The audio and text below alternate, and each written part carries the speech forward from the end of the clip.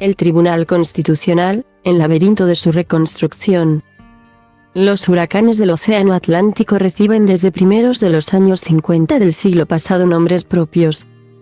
Y así como ciclones, tifones o huracanes pasan a la historia con esos nombres.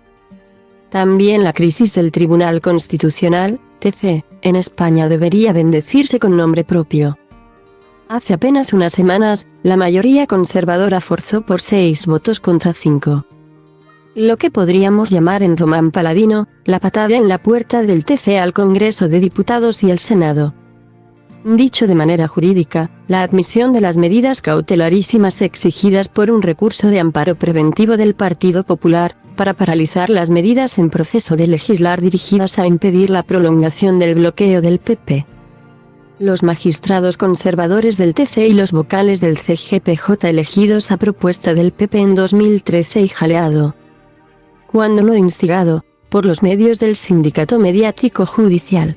El coste del desbloqueo repentino fue la renuncia del sector progresista del CGPJ a defender su propuesta de nombrar al magistrado José Manuel Vandrés, de la Sala Tercera de lo Contencioso Administrativo del Tribunal Supremo.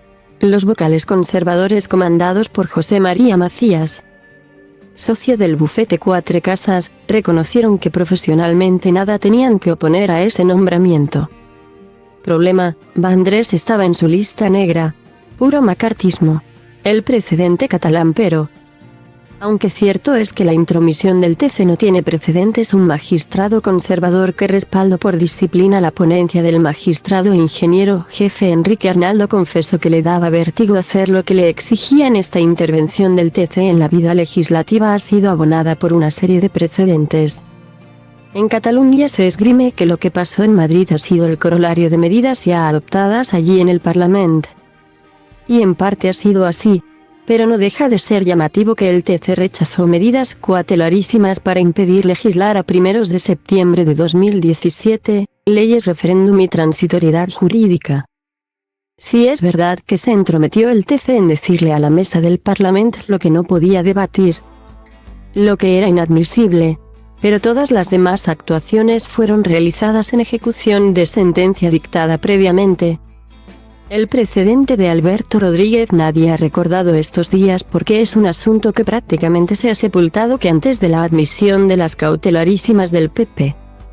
El Tribunal Supremo consiguió en octubre de 2021, después de unos escarceos entre la presidenta del Congreso, Meritxell Batet, y el presidente de la Sala Segunda, Manuel Marchena, privar al diputado de Unidas Podemos, Alberto Rodríguez, de su escaño, afectando el tan cacareado como a veces cursius in officium, su facultad como parlamentario, con una sentencia de multa e inhabilitación por 45 días. Ni más, ni menos es lo que se debía aplicar. La fiscal del Supremo Isabel Rodríguez Mateo dixit en su informe de noviembre de 2021, pero Batet, después de su intercambio epistolar y versiones oficiosas, decidió expulsar a Rodríguez y privar de su representación a sus 64.000 electores en Canarias del Congreso por toda la legislatura. Rodríguez presentó como los diputados del PP contra las medidas para desbloquear el TC una solicitud de medida cautelarísima y cautelar. La primera fue rechazada de plano y la segunda inició un proceso de alegaciones. En su informe, el fiscal jefe del TC, Pedro Crespo, pidió la restitución del escaño al señalar que Batet fue más allá de lo que el Tribunal Supremo le solicitaba. El hecho es que existe algo más que la idea de estimar el recurso de amparo en el TC. Pero la magistrada ponente, María Luisa Balaguer, sostiene que primero debe resolverse el recurso de Rodríguez contra la sentencia de la Sala Segunda, que le correspondía al magistrado conservador saliente Santiago Martínez Vares. Sin embargo, existe una medida cautelar abierta en el caso del recurso parlamentario y un informe del letrado sobre el mismo, pero los unos por los otros y el recurso quedó sin barrer. A todo esto, se ha perdido un año de legislatura. ¿Le importa algo a los ponentes lo que pensarán 64.000 electores de Canarias? Se supone que no, porque, de lo contrario, no hubieran hecho dejación de su responsabilidad de decidir. Tampoco, claro, el presidente Pedro González Trevijano, estaba para pedir a los ponentes celeridad, para eso está.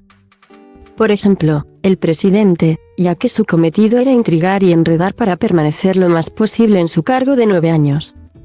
Vencido el 12 de junio de 2022.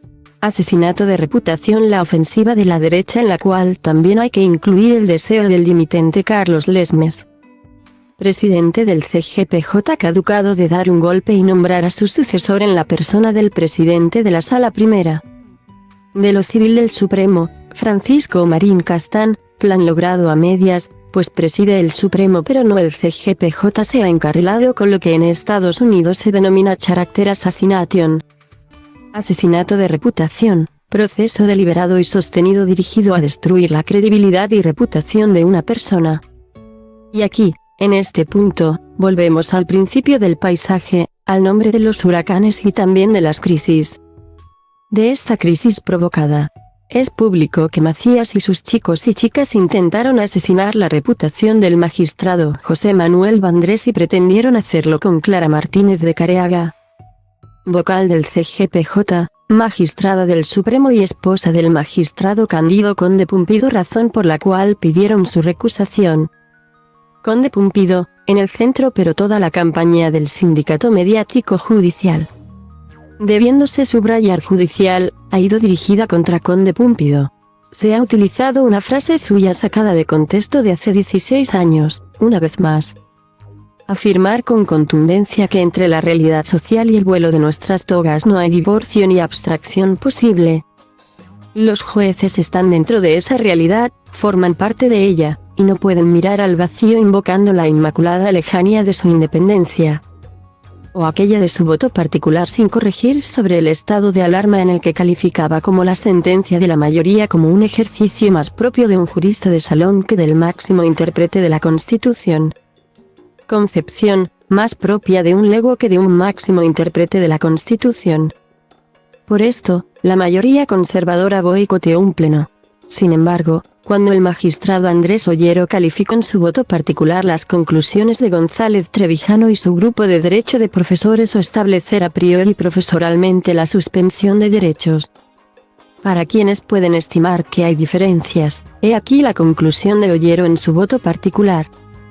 A lo largo del desarrollo del estado de alarma se han expresado no pocas majaderías, incluso por portavoces autorizados, pero es de justicia reconocer que no se ha llegado a ese extremo.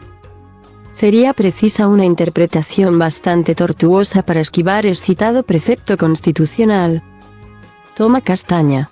A partir de hoy se abre una nueva fase que debería ser bautizada así: la reconstrucción del Tribunal Constitucional. Será posible.